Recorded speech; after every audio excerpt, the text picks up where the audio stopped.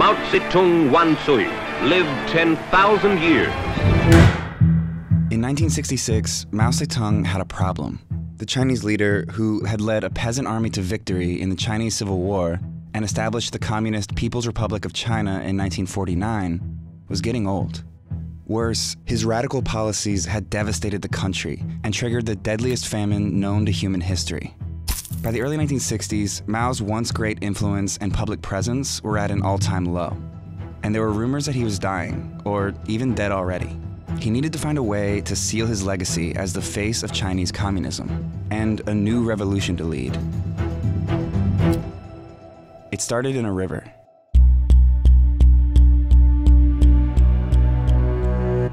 The Great Leap Forward was a disaster.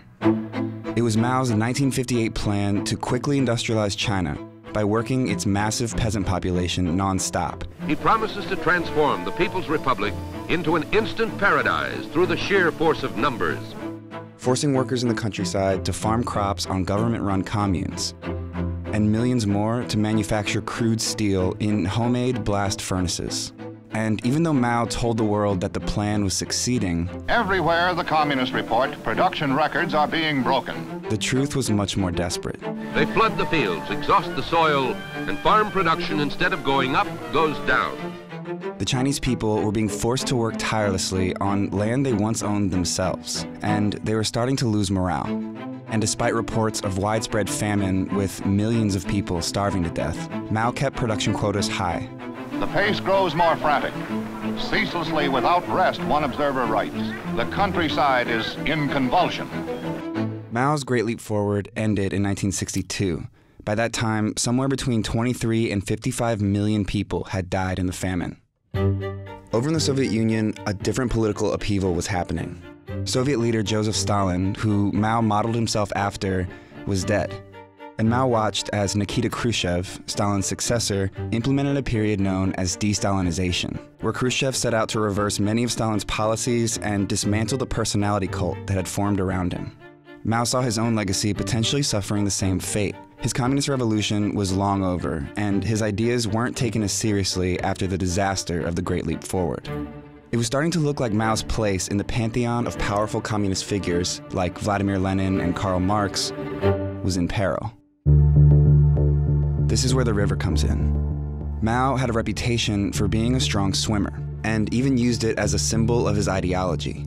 In 1956, he swam across China's biggest river, the Yangtze, in 3 highly publicized swims to demonstrate that big things like US imperialism didn't intimidate him.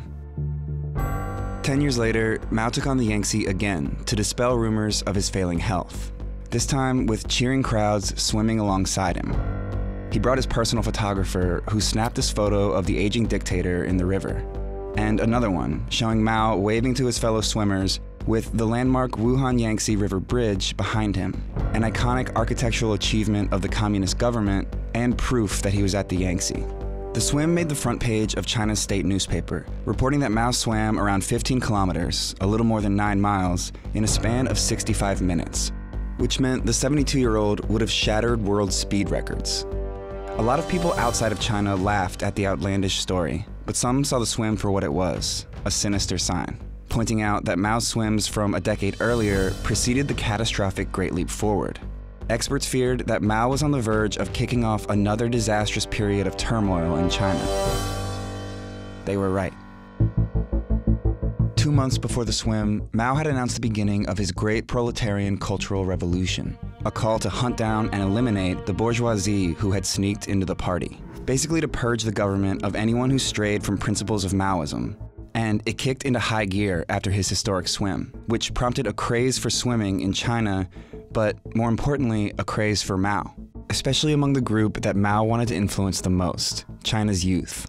Writer Lang Heng recalled that seeing Mao as human flesh and blood after the Yangtze swim resolved him to serve him with all his heart. Millions of Chinese youth organized into the fanatical Red Guards, a paramilitary force concentrated mostly in Chinese cities. And with Mao's blessing, they wreaked havoc in the name of cultural revolution. Their mission was to destroy the 4 olds. Old culture, old ideology, old customs, old traditions, all of the olds must be destroyed. The idea was basically to tear down the vestiges of imperial China and rewrite history centered around Mao Zedong, renaming buildings and streets, destroying cultural sites, and violently humiliating and often torturing and murdering anyone they accused of opposing Mao's ideas, which they plastered all over the cities and carried in their pockets in the form of Mao's Little Red Book, a collection of his sayings and principles.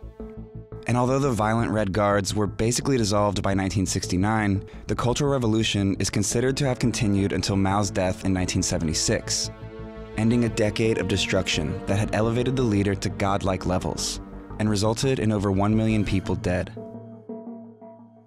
The chaos of the Cultural Revolution scarred China for generations, but Mao basically got what he wanted. Even though the Chinese Communist Party condemned the Cultural Revolution in 1981 and Chinese communism diverted away from Maoism, they didn't denounce Mao himself.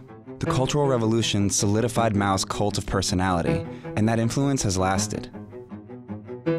Mao's Swim, which is still commemorated each year in China, was more than a display of strength.